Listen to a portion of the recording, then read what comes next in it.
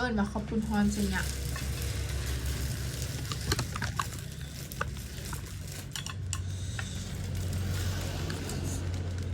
ฮอนบ้านเลย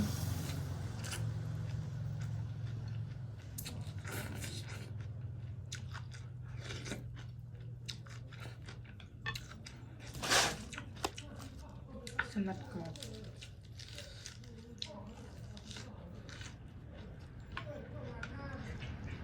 อัดเด่นดับ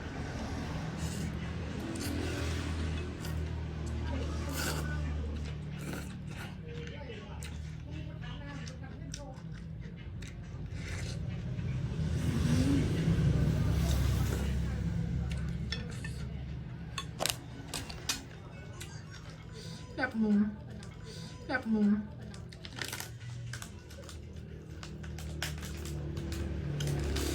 แซ่บๆไม่ได้กินโดนหรอก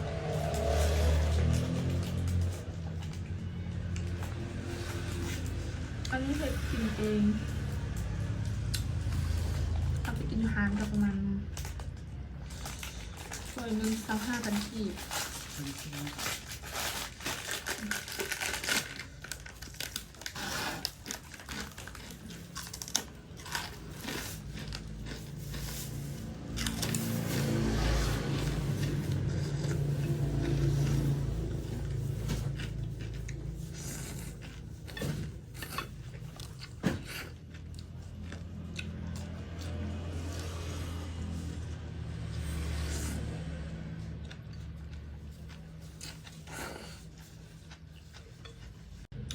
เก็บหมูถุง10 พันกิบ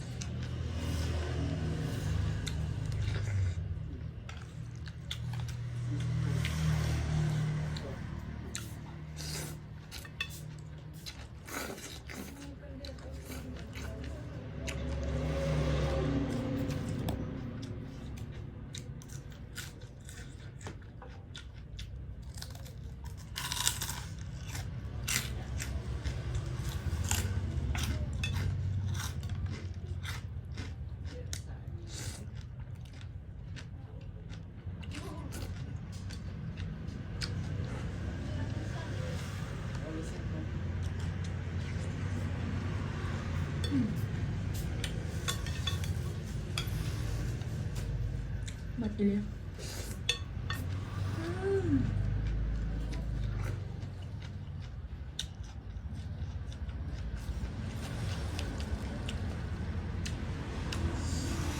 คนสยามขนาดนี้กินแล้วแซ่บ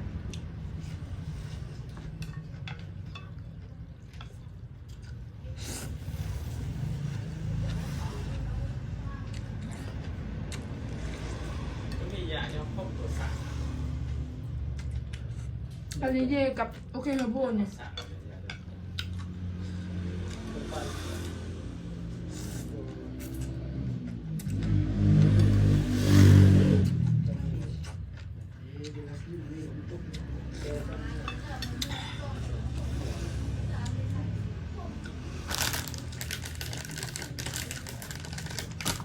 โอ้นี่อะไร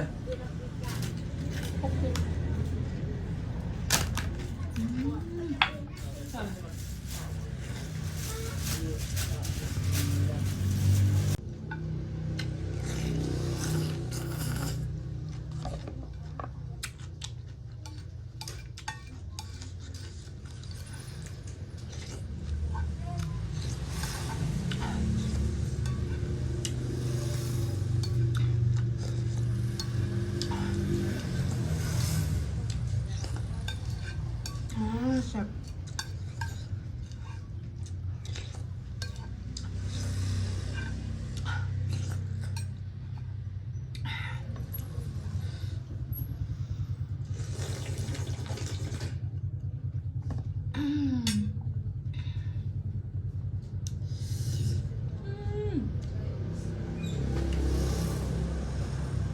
บ่แซ่บกินคือสิบ่หมดคุณบ่เหลือขอบใจผู้ที่เข้ามา